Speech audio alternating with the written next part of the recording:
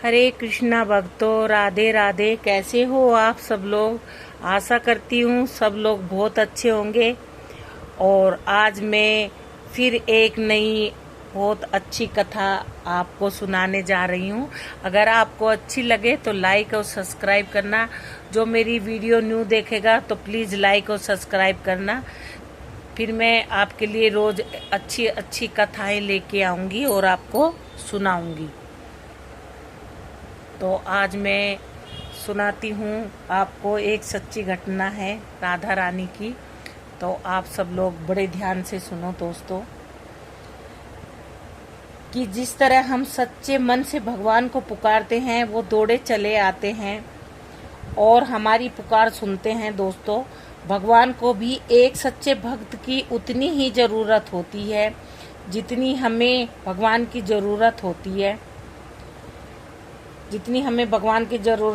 तो आज मैं आपको बताऊंगी कि अगर आपके जीवन में किसी चीज़ का अभाव है तो आप उसकी जगह भगवान का भाव प्रकट करके जीवन से उसकी कमी दूर कर सकते हो और आपकी परेशानी बहुत जल्दी माफ़ हो जाती है। दोस्तों, आज हम बात करते हैं कि किसी बरसाने में एक सेठ की पुत्री बनकर खुद राधा रानी आई। तो आज हम आपको ये कहानी बताएंगे कि राधा रानी कैसे एक सेठ की बेटी बन के आई।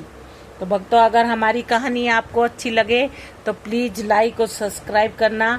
कमेंट में राधे राधे लिखना ना भूले। जो कमेंट में राधे राधे लिखेगा, राधा रानी बहुत अच्छे भाव की, बहुत सरल स्वभाव की राधा रानी हमारी लाडली जी हैं। वो अपने भक्तों का बहुत जल्दी उद्धार करती हैं। तो अब हम आपको बताते हैं सेठ के घर में कैसे हमारी राधा रानी बेटी बन के आई है। तो हम वो आपको अब ये इस कहानी के माध्यम से आपको बताएंगे। तो बरसाना गांव में एक सेठ रहता था। वो बहुत धनी था। उसके 3 पुत्र थे, परंतु उसके कोई पुत्री नहीं थी। कुछ समय पश्चात उसकी पत्नी का देहांत हो गया और सभी पुत्रों की शादी हो गई। सभी पुत्र अपने कार्य में व्यस्त रहने लगे। अपने बच्चों और पत्नियों के साथ सेठ के दिल की बात को सुनने वाला कोई नहीं था।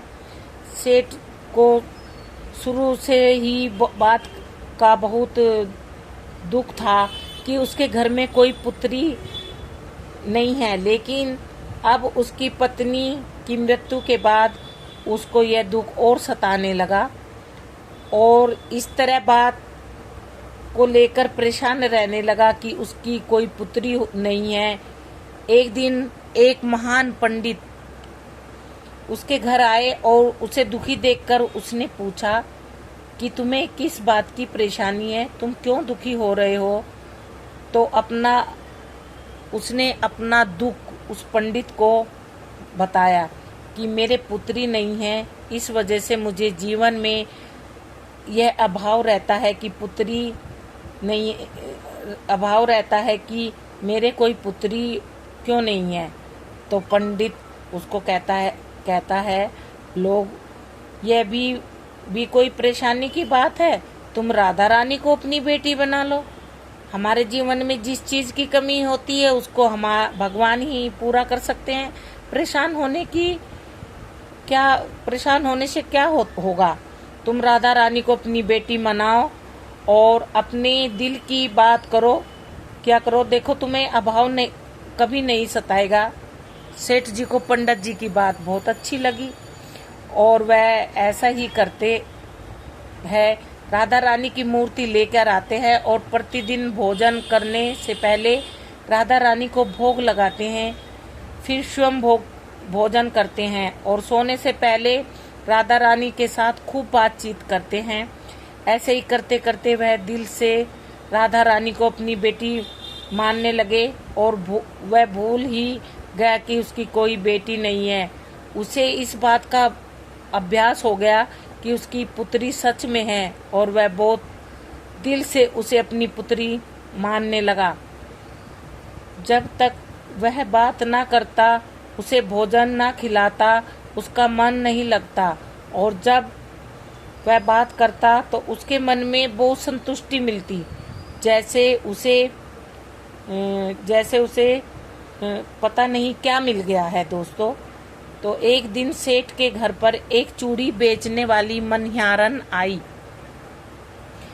आती है और वह उसकी बहुओं को चूड़ी पहनाकर जाती है।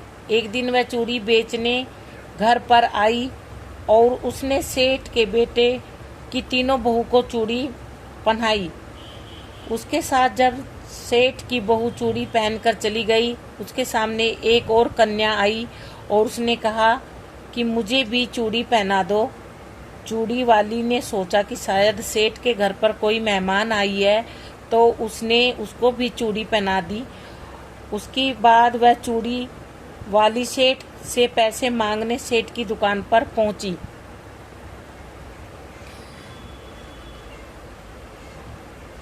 और बोली कि चूड़ी के पैसे दे दो, और उसने पहले से अधिक पैसे मांगे। तो सेठ ने कहा कि तुमने चूड़ी के दाम बढ़ा दिए हैं क्या? तो उसने कहा नहीं, मैंने चूड़ी के दाम नहीं बढ़ाए, परंतु आज मैं 4 को चूड़ी पहनाकर आई हूँ। उसने कहा मेरे घर पर तो 3 ही बहुएं हैं।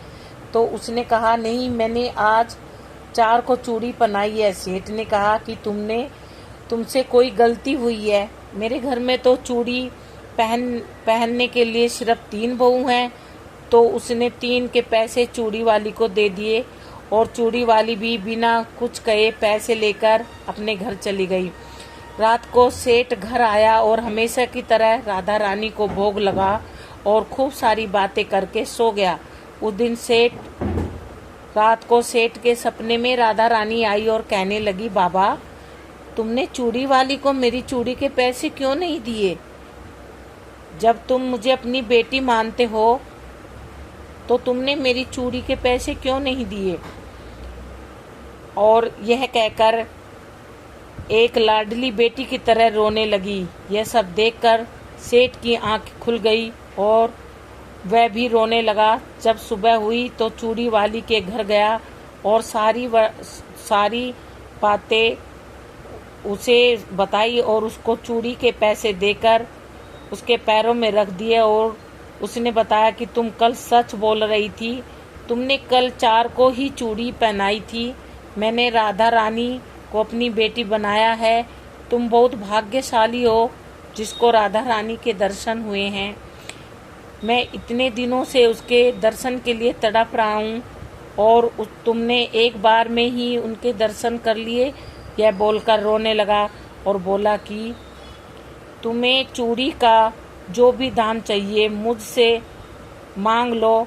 यह सुनकर मनहारन की आंखों में भी आंसू आ गए और उसने मन में सोचा, जब मुझे खुद राधा रानी के ही दर्शन हो गए हैं तो इससे ज़्यादा मुझे क्या चाहिए। और सेठ के सामने हाथ जोड़कर कहा कि तुम्हारी वजह से मुझे राधा रानी के दर्शन हो गए, जिससे मेरा यह जीवन सफल हो गया। मुझे तो कुछ नहीं चाहिए। देखो दोस्तों, देखा कि जब भगवान को दिल से पुकारते हो, उसकी पूजा अर्चना करते हो, तो वह कैसे हमारे पास दौड़े चले आते हैं। आशा करती हूँ आपको मेरी कहानी बहुत अच्छी लगी होगी। अगर आप भी किसी वस्तु को लेकर परेशान हो तो भगवान से प्रार्थना कर सकते हो, वह आपकी प्रार्थना को जरूर सुनेंगे।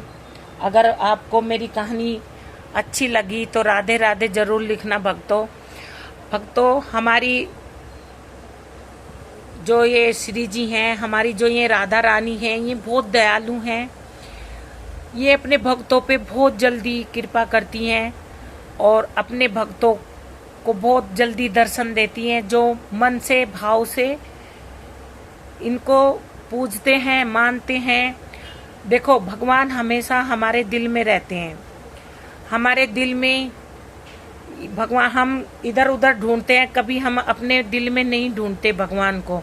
अगर हम अपने दिल में ढूंढेंगे और सच्चे मन से भगवान को याद करेंगे, जैसे हमें भगवान की ज़रूरत है भक्तों, वैसे ही भगवान को हमारी ज़रूरत है। तो वो अगर हम उन्हें सच्चे दिल से पुकारेंगे तो वो एक आवाज में दौड़े चले आते हैं भक्तों। तो मैं तो आपको यही बोलूंगी कि आपको जो भी दुख है, परेशानी है, वो राधा रानी के, कान्हा जी के सामने बोलो। वो अपने भक्तों की जरूर रक्षा करते हैं। राधे राधे भक्तों, जय श्री श्याम। अगर आपको मेरी कहानी अच्छी लगे तो लाइक, ज़्यादा से ज़्यादा लाइक और सब्सक्राइब करना, और कमेंट में जय श्री राधे लिखना ना भूले। राधे राधे।